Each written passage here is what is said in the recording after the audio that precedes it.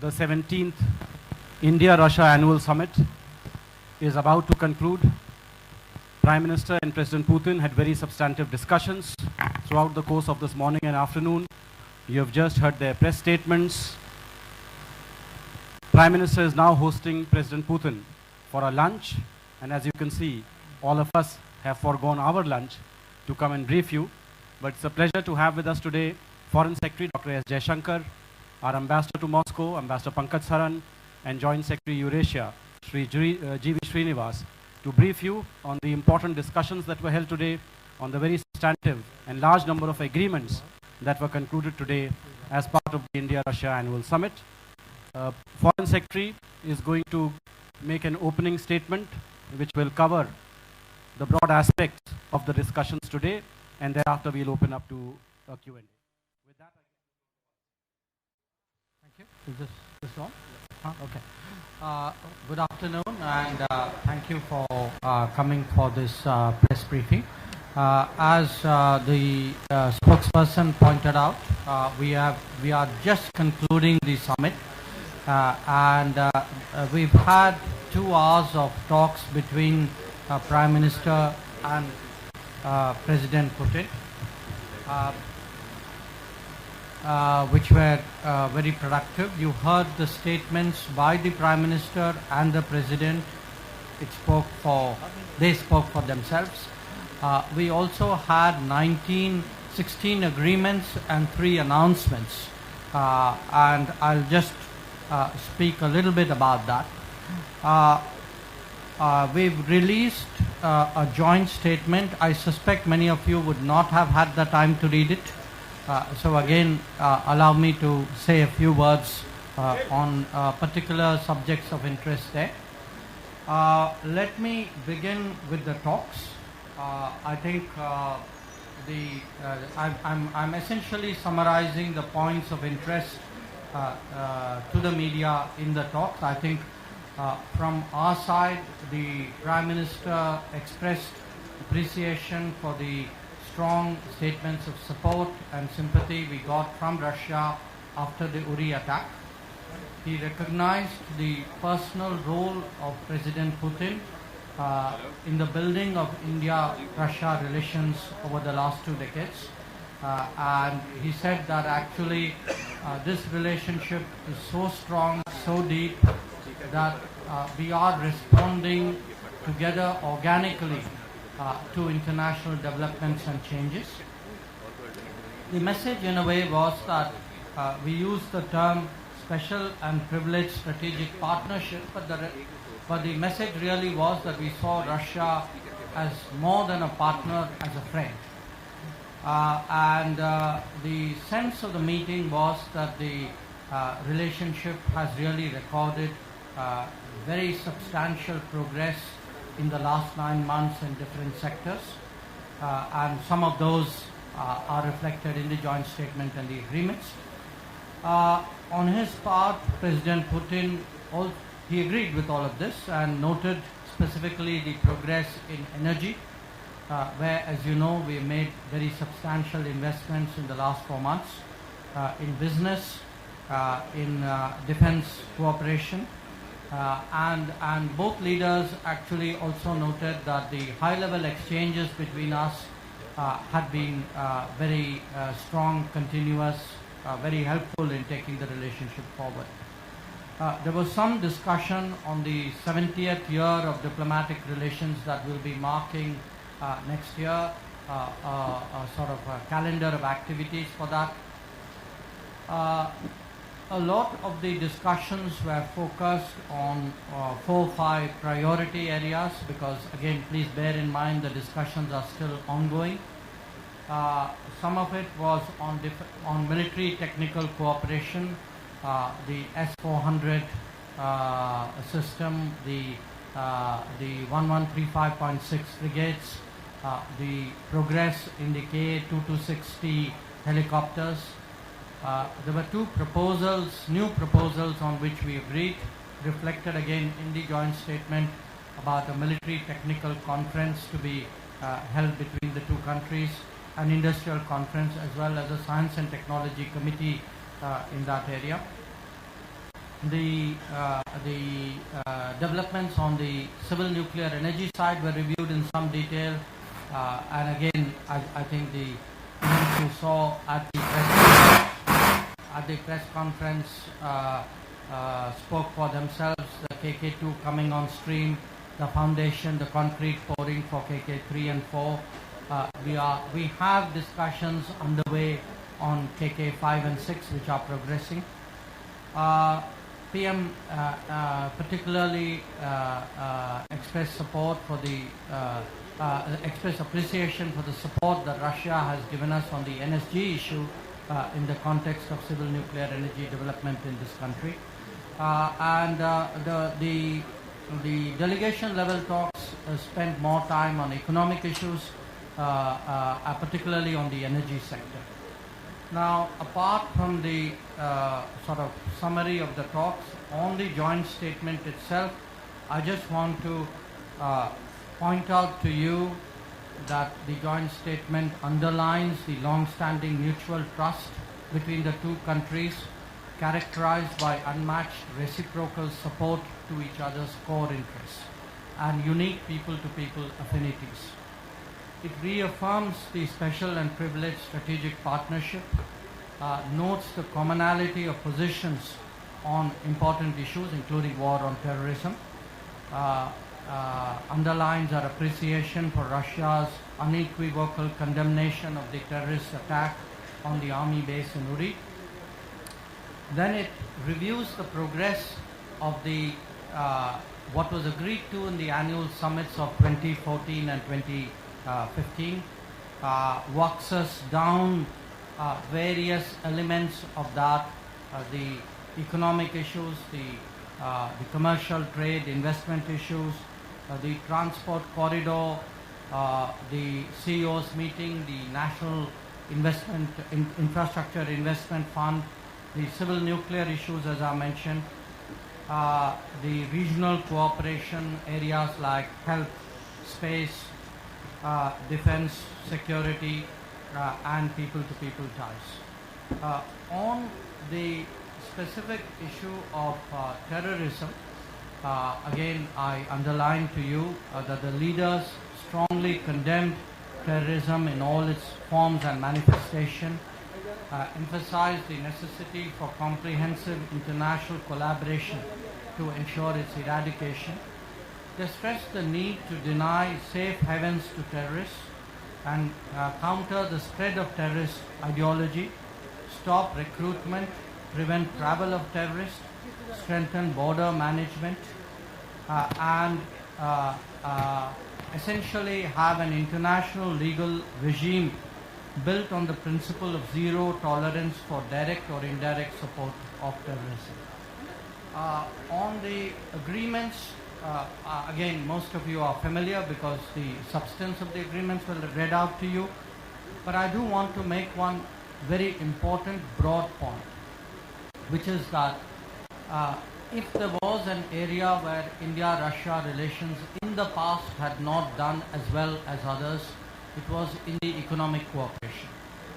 And you would see in the last few years that we are devoting a lot of time and energy to bringing that up to speed.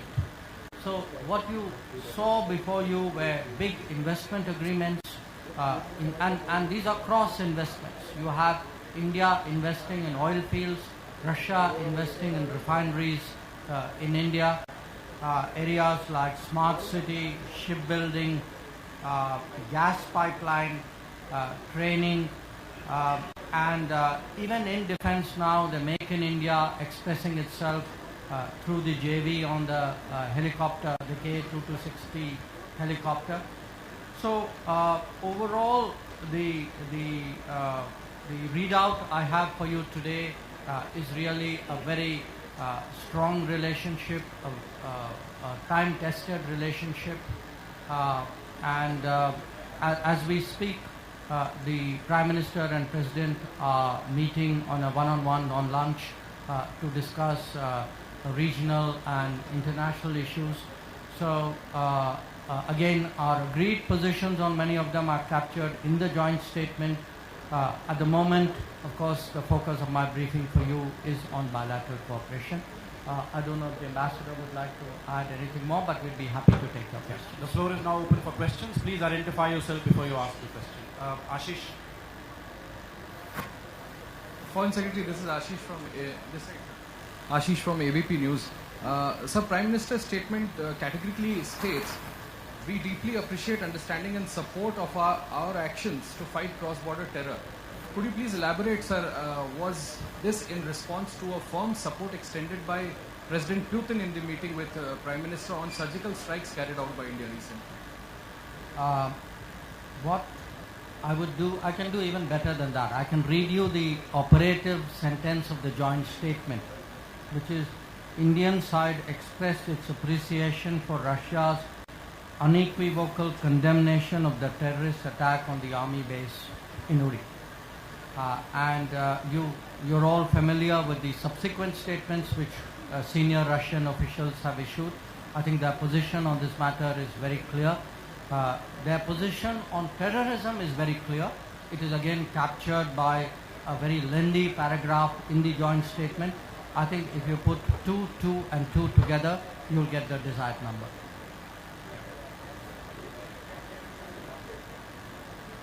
Vijay Trivedi news nation से भारत की जो चिंता थी रूस और पाकिस्तान के सैनिक अभ्यास को लेकर, क्या इस पर भी प्रधानमंत्री ने अपनी चिंता या नाखुशी जाहिर की है? नहीं, देखिए, इस पे मैं आपको इतना कहूँगा कि हमें जो है रूस पे पूरा भरोसा है. आई मीन अगेन हम जो दोस्ती की बात जो करते हैं उसमें उसकी अजम्पशन ये है कि रूस ऐसा कभी कुछ नहीं करेगा जो हमारे हित में नहीं है. और ये मैं आपको कह सकता हूँ कि उनकी जो बातचीत जो आज हुई है उसके बाद हम तो एक किस्म से we are satisfied that Russia understands India's interests, will never do anything which is contrary to India's interests, and I think there was a very strong meeting of minds on this subject. I am Chandani. Sir, if I may, I have a slightly broader... Please identify. Sorry, I am Chandani with NDTV. You identified me with From which NDTV. organization? Yes. My question is slightly broader, not specific to Russia, but BRICS overall. The issue of terror and the fact that Russia and China have been involved and have engagements in the region is something we all know. But BRICS was set up as an economic, trade, investment, sort of forum for growing economies in the world. Where do Brazil and South Africa, for example, fit in when so much of the conversations and the anticipation that the declaration will also contain terrorism as an issue, where do they fit in this entire conversation? What role do they have? Okay. First of all, what I shared with you is an India-Russia statement. Wait for the BRICS statement. Exactly. When you see the BRICS statement, partly the question will answer itself. But even in the India-Russia statement, I read out the terrorist segment, but you will see in the statement, it's a very lengthy statement, a very substantive statement which will show really the breadth of our cooperation with Russia. When it comes to BRICS, I would put it differently. I think BRICS was envisaged as a global grouping. Each of the BRICS members is located in a different part of the world. People sometimes say they are very different countries, but they are united in their approach to global issues. In the initial years, the global issues were primarily developmental issues, economic issues, issues about the nature of the international system. But the BRICS has never shied away from political issues. I mean, look at old BRICS statements. They always, for example, had references to the Middle East. Today, I think there's a recognition that terrorism is not an issue just for India. The epicenter may be close to India, but the impact, the activities of the epicenter extend throughout the world. So we can't imagine that there's any country anywhere in the world which is agnostic on the issue of terrorism. So you will see, therefore, I don't want to get ahead of myself and predict to you what would happen in the BRICS statement. But as I said, when you see that statement, I'm sure you'll get a fairly good answer. Venkat Narayan, syndicated freelance journalist. Dr. Jaishankar, the Russians are to build 25 nuclear reactors in India. Apart from the 6 in Kudankulam, have we identified the nuclear parks in each of which 10 nuclear reactors are to be built along the Indian coast? Thanks. Well, there are, first of all, I want to say that as in many areas, in nuclear too, Russia is a time-tested partner. I think we are very familiar with Russian technology. We have had very good results, as you could see in KK1 and 2. At the moment, the specific point you raised is a subject of ongoing discussions. But we are quite optimistic that in due course, after we have done our diligence, we will be in a position to say something more specific. Sir, Asit Ranjan Misra here from Mint newspaper. So there was an announcement about Russian direct investment fund investing in NIAF. Could you tell the amount and the other details of the agreement? I think today we were looking at $1 billion. No? We were looking at the two countries investing in that sub-fund $500 million each. Am I correct? Yeah, right. Parikshit. So you spoke about Terra and how it figured in talks between the Russians. Please identify yourself. Yeah. Sir, I'm Parikshit from CNN News 18. So my question again on Terra, it figured prominently in talks, but did the Prime Minister also take the opportunity to brief the Russian President about the increased infiltration from Pakistan of terrorists and how Pakistan has been in complete denial when it comes to terror attacks like 2611, Pathankot and Uri? And if I can take the liberty, if you could also give us a timeline of these defense deals that have been signed. Timeline meaning? By when are we going to get the deliveries of... Okay. I think on the second, I think we've agreed on various systems. I'm sure that the detailed contracts would have that, but frankly, I'm not, I don't know, and I'm not in a position to share if I did. On the other issue,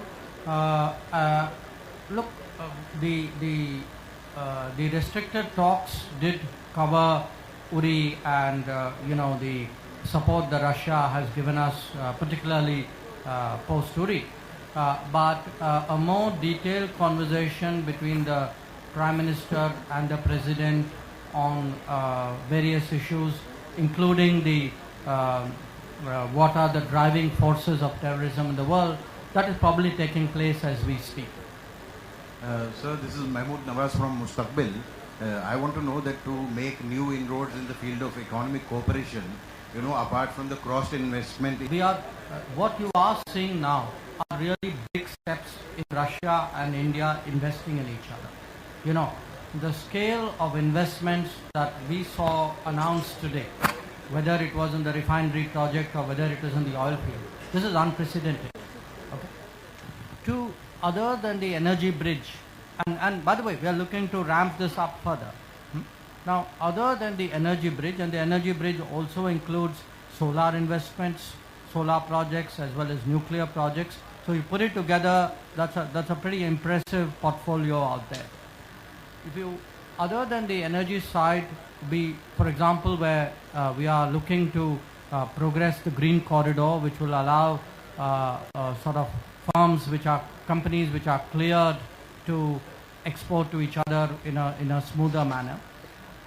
We are looking at the actual impediments to business, phytosanitary restrictions, for example, or if there are NTBs of various kinds. We just had a very positive meeting of our commerce ministers as well as our businessmen in that. So we are very practical and I would say rooted in the ground in terms of what are the problems. But conceptually we are looking at the Eurasian free trade zone and how we can interact with them. We are looking at the north-south corridor, the international north-south corridor, which is going through Iran, as a way of facilitating. It will really cut down transportation time to Russia. I don't know, is there anything else? Yeah. So logistics is an area where we are really devoting a lot of attention, and I can tell you that on the basis of what is happening inside the room, our expectation is in the coming months and years, the business side of India-Russia will certainly grow. Last two questions. Sir, Nimish. Last two questions. Sir, Nimish from Hindustan Samachar News Agency. सर, BRICS business forum में जितने भी private sector के representative थे, जब अभी बात कर रहे हैं, और पीएम ने भी कहा कि हम बिजनेस साइड को ज़्यादा चाहते हैं, बायलैटरल रिलेशनशिप की बात हो या ब्रिक्स देशों में आपसी संबंधों की बात हो, ये जितने भी प्रोजेक्ट्स होंगे इसमें प्राइवेट सेक्टर्स की भागीदारी कितनी होगी? आप रशिया के संदर्भ में पूछ रहे हैं, ब्रिक्स के संदर्भ में पूछ रहे हैं? रशिया के संदर्भ। हाँ, रशिया। नहीं, देखिए, ऐसा है कि ये नहीं है कि खाली प्राइवेट सेक्टर का होगा या खाली पब्लिक सेक्टर का होगा। हम लोग तो चाहते हैं कि दोनों सेक्टर आगे बढ़े। हमारा इंटरेस्ट ये है कि रशिया के साथ, क्योंकि अगर आप बाकी हमारे बड़े रिलेशनशिप जो हैं उसके आप यूरोप से देखें या यूएस से देखें या जापान या चीन से देखें, रशिया के साथ जो बिज़नेस जो है वो सालों से उसकी लेवल बहुत डाउन है। इसको हम किसी तरीके से बढ़ाना चाहते हैं। तो जो उत्तर जो मैंने इनको दिया कि कहीं कुछ बाधाएं हैं या कुछ नॉन टैरिफ बैरियर्स हैं या कोई रजिस्ट्रेशन की प्रॉब्लम है, कहीं क्लियरेंस की प्रॉब्लम है, तो हमारी कोशिश ये है कि हर हालत में India Russia economic relationship, business relationship जो है, जो प्राइवेट सेक्टर भी है, पब्लिक सेक्टर, क्योंकि अभी जो ऑयल फील्ड्स में जो इन्वेस्टमेंट हुआ है ये ज़्यादातर पब्लिक सेक्टर के इन्वेस्टमेंट्स पर हमारी आशा ये भी है कि आगे प्राइवेट सेक्टर की भी इन्वेस्टमेंट हो। तो ब्रिक्स के साथ भी हम बिजनेस बढ़ाना चाहते हैं, बट रशिया के साथ खासकर हमारी प्रायोरिटी। सर, एक काउंटर क्वेश्चन है जो commerce minister. Name is Gaurav Sawant. I work for India Today. Sir, is it fair to conclude no more Pakistan-Russia military exercises then in the times to come? Look, I'm talking about the important relationship. That's India-Russia. So this is not a question which I should be answering. Last question.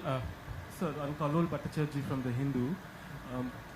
You have undertaken a series of diplomatic measures in the last few weeks in view of the terror attacks, especially in Uri, which has led to more or less the super isolation of Pakistan, as some observers are commenting.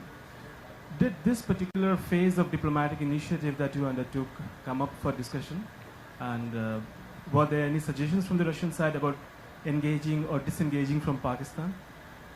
No, look, again, I think I clarified to an earlier questioner that some of the discussions on regional, global issues, because today terrorism is not a regional issue, it's a global issue. If you look at the country may be a regional issue, but its actions are global. And that discussion is taking place as we speak between the President and the Prime Minister. What I am giving you a readout is the fact that Uri, the post-Uri, the reaction to Uri, that was discussed. We were very satisfied with the response. We were encouraged to hear a very unequivocal condemnation of Uri, and also a reaffirmation of the long-standing relationship between the two countries. And I think perhaps better than me, the Prime Minister expressed it in his remarks. I'm afraid we'll have to end the press conference here. Foreign Secretary has to go for his next meeting. So thank you all.